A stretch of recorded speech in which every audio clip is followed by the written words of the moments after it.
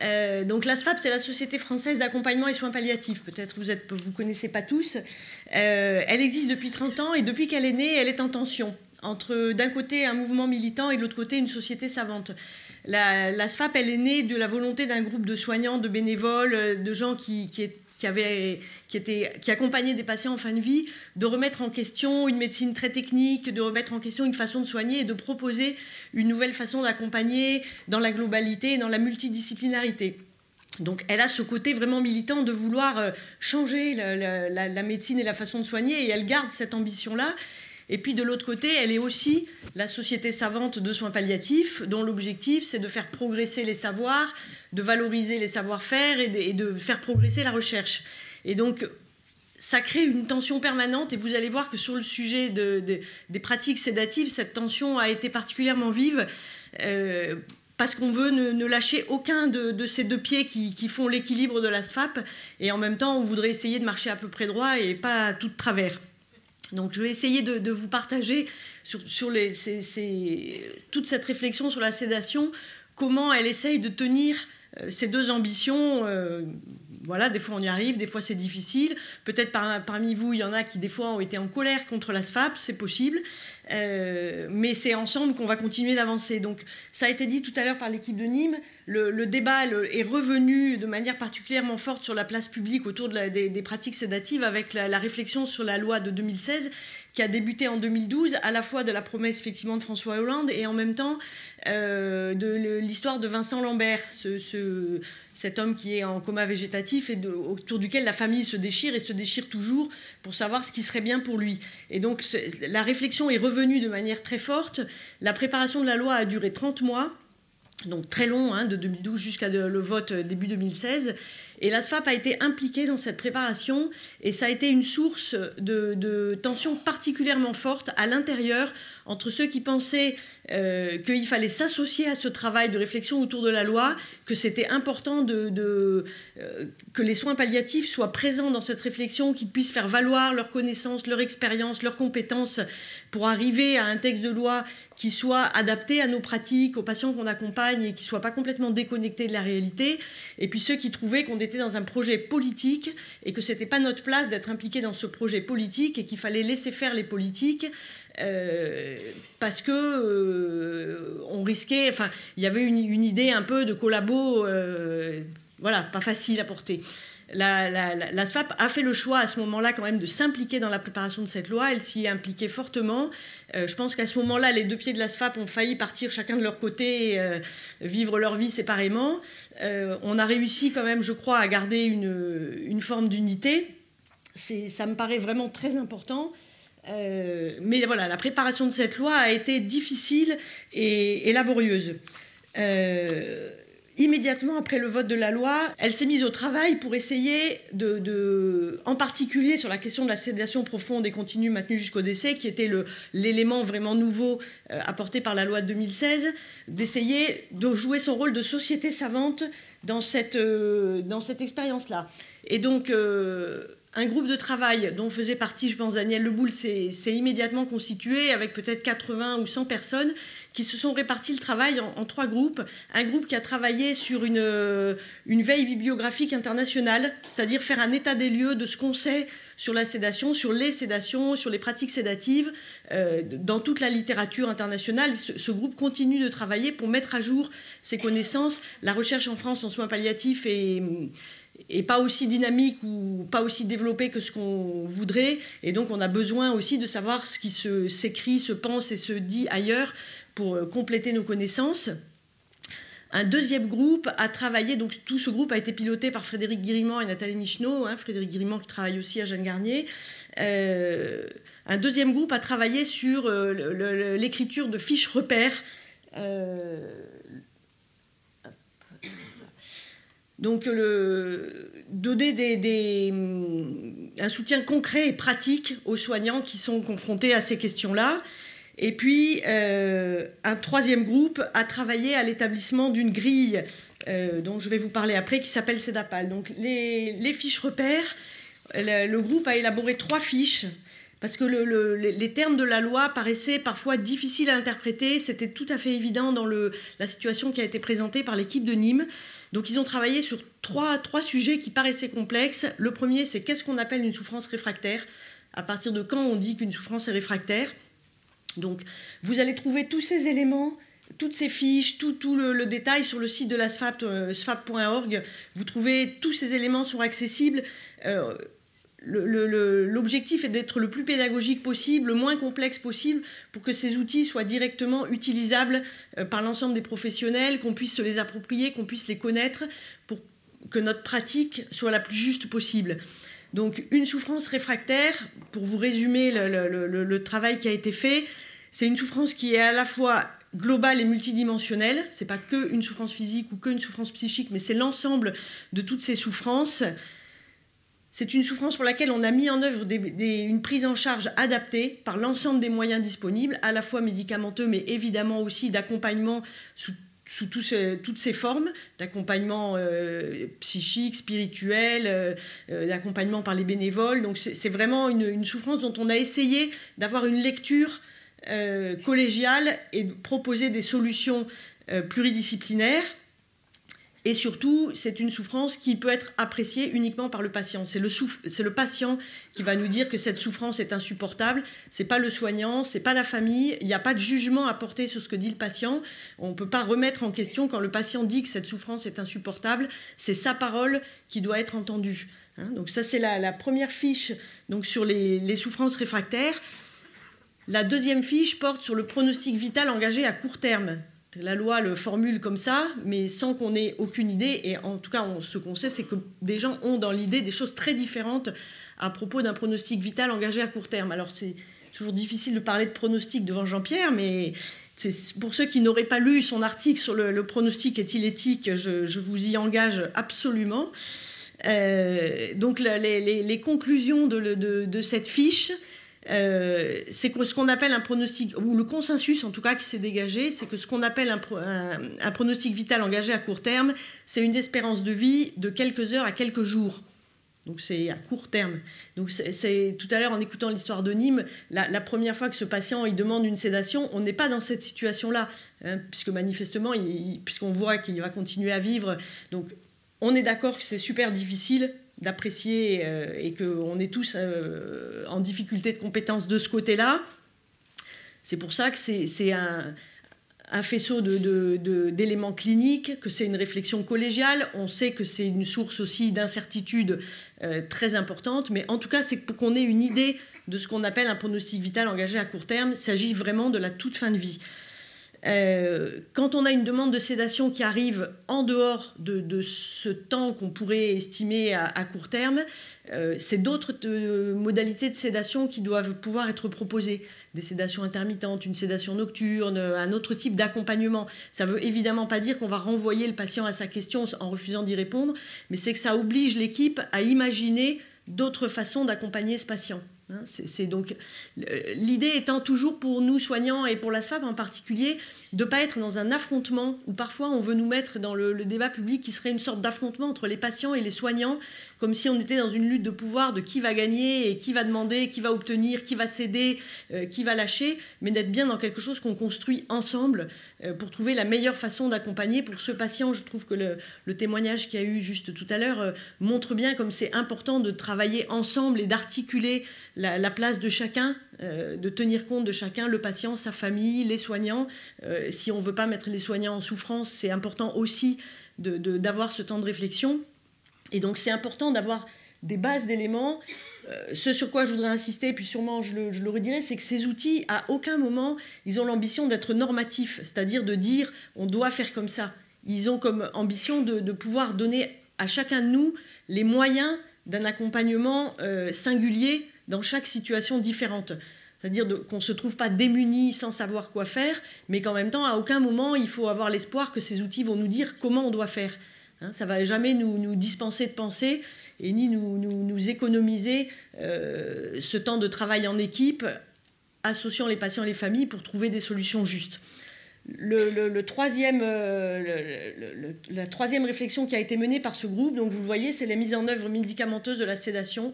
Alors ça, c'est une question qui reste vraiment ouverte pour la SFAP et puis je pense pour beaucoup de soignants, de savoir qu'est-ce qu'on fait autour de ça. Est-ce que, vous allez voir que je vais y revenir plus bas, est-ce qu'on propose des outils très précis? Est-ce qu'on propose qui peuvent être vus comme des recettes? Et donc quelque chose de normatif, enfin voilà, vous appliquez, vous mettez tant de midazolam, tant d'aldol et tant de morphine, et hop, vous avez Et ce qui est exactement l'inverse de ce pourquoi la SFAP est née, hein, qui était une remise en cause des cocktails lithiques, donc de ne pas revenir à des pratiques de systématisme, et en même temps, on voit bien que les équipes, et en particulier les équipes du domicile, ont besoin d'avoir des outils pratiques, des supports, et que voilà, pour faire ce qu'on promet aux patients et ce que la loi aussi assure aux patients, on a besoin aussi d'avoir des éléments pratiques. Donc vous voyez que cette tension reste vraiment, vraiment importante. Le troisième groupe qui travaillait sur la sédation, alors je suis un peu perdue dans mon... à travailler voilà, sur la grille Cédapal. Alors je vous en ai amené, elles sont posées là pour ceux qui veulent en récupérer. Donc Cédapal, c'est un outil de typologie des sédations. Ce qui est sorti du travail de ce groupe, c'est qu'on ne peut pas parler de sédation au singulier, mais on peut parler de sédation au pluriel ou de pratiques sédatives, parce que sous ce terme, on regroupe des choses extrêmement différentes, qui vont de l'anxiolyse, qui vont de la sédation temporaire pendant un soin, à la sédation profonde et continue. Il y a la sédation intermittente, la sédation nocturne, et que si on ne sait pas de quoi on parle, c'est très difficile de se parler ensemble, c'est très difficile de faire une lecture, de comparer, d'essayer de repérer, d'essayer de voir ce qui se dégage. Et donc, un groupe a travaillé pour élaborer cette grille qui, il me semble, peut être utilisée de deux façons. Elle peut être utilisée à l'intérieur d'une équipe. Donc cet outil de typologie, il permet de regrouper les sédations en fonction de 3 critères. La durée de la sédation, sa profondeur et le consentement du patient. Donc là, c'est la version simplifiée. Vous verrez si vous allez sur le site de la SFAP, peut-être vous connaissez, il y a une version un peu plus détaillée qui est plus complexe et qui est plus un outil de recherche, mais qui permet pour l'équipe de savoir de quoi on parle. Ça permet de réfléchir ensemble et de se demander, quand on se pose la question de mettre en place une sédation pour un patient, qu'est-ce qu'on veut faire? C'est quoi notre objectif? Qu'est-ce qu'on va faire? Avec l'idée du principe de publicité de Kant, si je peux l'écrire, je peux le faire. Si je ne peux pas l'écrire, je ne peux pas le faire. Hein, ça permet de clarifier ensemble c'est quoi l'objectif qu'on poursuit. Quand on fait des prescriptions anticipées qui vont être mises en œuvre à un moment où on n'est pas forcément présent, c'est important que les soignants qui seront là à ce moment-là, ils sachent qu'est-ce qu'on avait en tête, qu'est-ce que le patient a pu en dire, qu'est-ce qu'on recherche exactement. Donc ça va être vraiment un outil de travail dans l'équipe. Ça peut aussi être un outil de relecture du travail de l'équipe, c'est-à-dire que si on garde une trace de toutes ces fiches, ça permet aussi en fin d'année de faire un bilan, de se dire comment on a travaillé, quel est le type de sédation auquel on est le plus souvent confronté, qu'est-ce qu'on propose, est-ce que ça fonctionne, enfin, donc ça va être vraiment un outil de travail en interne. Et puis c'est aussi un outil de recherche. C'est-à-dire que je ne sais pas si vous avez souvenir, pour ceux qui travaillent dans des équipes de soins palliatifs, il y a un an, le Centre national soins palliatifs et fin de vie, qui ne partage pas toujours, enfin même pas souvent, le projet de la SFAP concernant la mise en œuvre justement de ces pratiques sédatives. C'est-à-dire qu'eux sont dans une volonté très clairement affichée. Il y a eu encore une conférence de presse mercredi matin, que la loi aille plus loin et qu'elle soit beaucoup plus explicite dans la mise en place de l'euthanasie. Ils ont lancé une enquête auprès des équipes de soins palliatifs pour savoir comment la loi était mise en œuvre. Sauf que cette enquête était vraiment très compliquée à renseigner, parce que la sédation, sous un seul terme, recouvrant autant de pratiques différentes, c'était impossible de répondre de façon claire. C'était combien vous en avez fait, combien vous en avez refusé. Voilà, et du coup, ça a fait vraiment naître l'idée qu'on a besoin de faire de la recherche là-dessus, on a besoin de comprendre, de savoir quelles sont les pratiques, mais pour qu'on puisse tirer quelque chose de ces pratiques, on a besoin d'avoir des outils qui permettent d'harmoniser et de comprendre ce qui se passe. Donc Cédapal, c'est aussi un outil qui devrait permettre de mener des travaux de recherche et de comprendre les pratiques sédatives en soins palliatifs le mieux possible. Donc pour ça, la SFAP a impulsé et elle va cofinancer une grande étude. Donc il y a eu un appel d'offres, c'est l'équipe de Bordeaux du professeur Burukoa qui a été sélectionnée, qui va mener cette étude, une étude qui va être en 2 temps, qui devrait débuter début 2019, avec un premier temps adressé à toutes les équipes de soins palliatifs sur la prévalence combien il y a de patients en situation de sédation, donc en particulier les sédations profondes et continues. Et puis après, une étude beaucoup plus qualitative auprès d'équipes qui seront tirées au sort, d'équipes volontaires, sur les motivations, comment ça se passe, enfin voilà. Mais d'essayer d'aller beaucoup plus loin et sur des choses qui pourront après faire avancer et nous aider dans nos pratiques.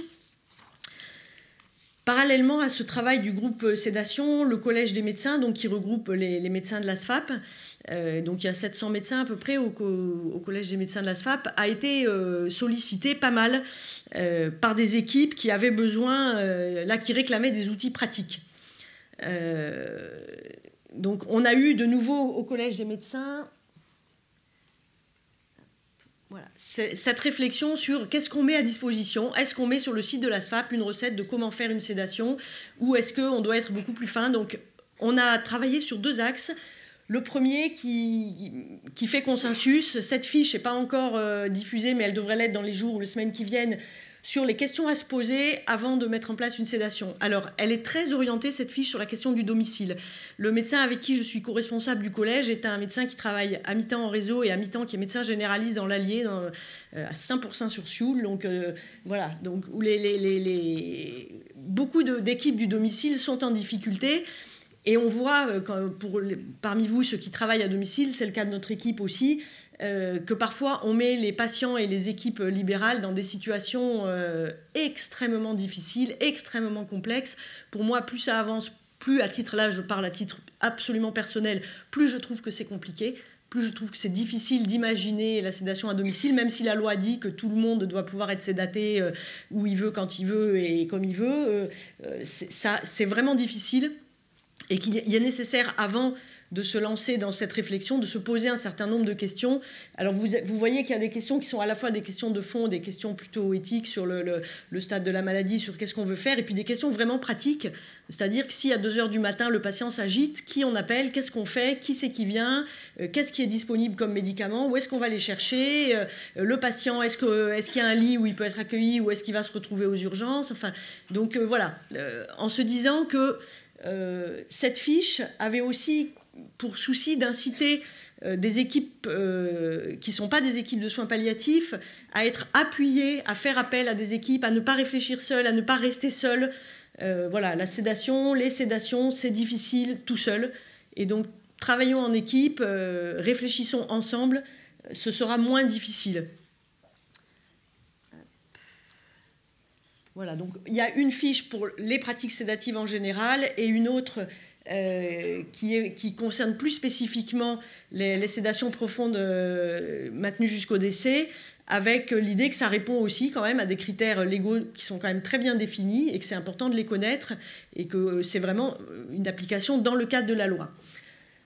On a travaillé en même temps sur des fiches pratiques de mise en œuvre. Alors, il y en a probablement une qui sera à destination des prescripteurs et une à destination des soignants qui mettent en œuvre. Elles ne sont pas encore abouties parce qu'il y a toujours cette réflexion et ce questionnement. Alors, ce sera intéressant si après on a un tout petit temps d'échange que vous puissiez nous dire ce que vous en pensez. Est-ce que vous pensez que c'est utile d'avoir ce type d'outil? Est-ce que c'est plutôt dangereux? Est-ce qu'il faut pousser là-dedans ou pas? Il y a des recommandations de la HAS qui sont tout à fait précises, qui sont sorties, mais qui font 45 pages, donc on se doute bien que voilà, c'est presque aussi long qu'un roman de Dumas. L'ensemble des équipes vont pas, ou des soignants, en tout cas libéraux, vont pas lire forcément ces recos. Et donc voilà, est-ce qu'il y a vraiment intérêt à un outil plus simple, plus lisible, plus facile, mais aussi peut-être qui peut être source de dérives ou d'utilisation inappropriée. Donc voilà, vous voyez que ce que je voulais vous dire, c'est que l'ASFAP, elle ne vous produit pas des normes qui tomberaient d'en haut. D'abord, l'ASFAP, c'est nous tous. Chacun y a sa place. C'est pas besoin d'être un grand prof ou un grand chercheur ou un grand... Tout le monde, voilà, on a besoin de chacun parce que ces expériences de terrain, c'est nos expériences à tous. On se met ensemble, on réfléchit et on essaye d'avoir des outils qui nous aident dans notre pratique, mais qui ne dictent rien et qui ne sont pas des outils aboutis. L'ASFAP, elle réfléchit, elle ne se contente pas de... Vous voyez, peut-être parfois on voit juste le résultat de ces outils proposés, mais ils sont surtout l'état à un moment donné de la réflexion de l'ensemble des soignants qui travaillent en soins palliatifs et dont vous faites partie. Hein, donc n'hésitez pas, sous n'importe quelle façon, soit en étant dans la SFAP, soit en donnant votre avis, en participant. On a besoin de savoir quels sont vos besoins quotidiens, qu'est-ce qui peut être utile. Ces outils-là, il faudra les évaluer. Est-ce qu'il faut les modifier? Est-ce qu'il faut les ajuster? Est-ce qu'il faut les transformer? On n'est pas dans quelque chose de figé. On est dans une réflexion qui se poursuit, qui se continue, qui n'est pas aboutie. Nous, on a clairement l'idée, on a été auditionnés aussi là pour l'évaluation de la loi par l'IGAS, par le CCNE, par le Conseil d'État, par le ministère, enfin vraiment beaucoup de questionnements avec l'idée que c'est évidemment beaucoup trop tôt pour envisager de faire évoluer la loi. On a déjà du mal à la mettre en pratique. Les recos d'application sont sortis en mars 2018, donc vraiment c'est tout récent. Enfin, c'est beaucoup trop tôt pour faire un bilan de l'application de cette loi dont on voit bien qu'elle est pas, que tout le monde ne se l'est pas appropriée et qu'elle suscite encore beaucoup de questions. Et donc nous, ce qu'on voudrait, c'est que cette réflexion se poursuive et qu'une évaluation vraiment la plus scientifique possible et puis la plus valable possible puisse se faire avant qu'on envisage quoi que ce soit de modification. Pour nous, ce qu'on retient d'essentiel dans la loi, c'est que les soins palliatifs doivent être accessibles pour tout le monde et partout, le plus tôt possible. Hein, et que peut-être, dans des exemples qu'on a entendus, plusieurs fois, je me suis dit « Oh punaise, si on avait appelé une équipe de soins palliatifs avant, peut-être ce serait moins difficile, peut-être ce serait moins seul, peut-être l'équipe du domicile aurait été moins en difficulté, peut-être une famille aurait été moins... » Parce que c'était difficile là d'entendre, enfin je ne sais pas pour vous, mais que l'équipe de soins palliatifs, elle doit arriver lundi pour mettre le midazolam. En tout cas, moi, ce n'est pas trop la façon dont j'ai envie de travailler. Donc, ce travail collectif, il est déjà riche. On a déjà produit un grand nombre d'outils et de documents. Juste un petit mot sur la fiche urgence pallia qui est juste en bordure de notre réflexion, qui est disponible là aussi pour tout le monde. L'idée est de faire le lien entre le domicile, les structures d'urgence, SAMU, urgence et les équipes de soins palliatifs pour éviter que les patients soient déplacés, transportés, ceux qui ont donné des directives anticipées, qui ont dit qu'ils ne voulaient pas d'obstination déraisonnable, qui ne voulaient pas de soins lourds, que ça puisse être su et qu'on puisse diffuser cette information. Donc n'hésitez pas à utiliser cette fiche, soit que vous soyez au domicile avec les patients en leur proposant de la remplir et de l'envoyer au centre 15, soit qu'on ait une équipe de soins palliatifs. Ça permet de faire tomber beaucoup d'angoisse, beaucoup de stress autour de ces questions-là, d'aborder les sujets avec les patients et de leur dire on va faire le maximum pour respecter ce que vous souhaitez. Ça permet aussi aux équipes d'urgence qui viennent d'être ajustées dans leurs réponses, hein, et de ne pas faire des gestes lourds quand un patient avait demandé, parce qu'ils n'ont pas d'infos médicales et qu'ils ne savent pas, quand un patient avait demandé autre chose. Donc ça, c'est le dernier outil. Voilà, donc je vais m'arrêter là, peut-être pour qu'on ait 5 minutes pour échanger avant que vous soyez tous en défaillance. Donc ça, c'est pour le prochain trimestre, les journées proposées par la SFAP. Sur le site, vous aurez tout ce qui est proposé jusqu'à la fin de l'année. Et engagez-vous, engagez-vous. On a besoin de vous. La SFAP, c'est vous. Il n'y a pas besoin... Pas se dire que c'est que des gens à Paris, même dans les territoires, parce qu'on m'a dit ça la semaine dernière à Paris, que c'était formidable que dans les territoires, on puisse faire des choses comme ça. Donc voilà, nous autres des territoires, nous pouvons aussi nous impliquer. Merci.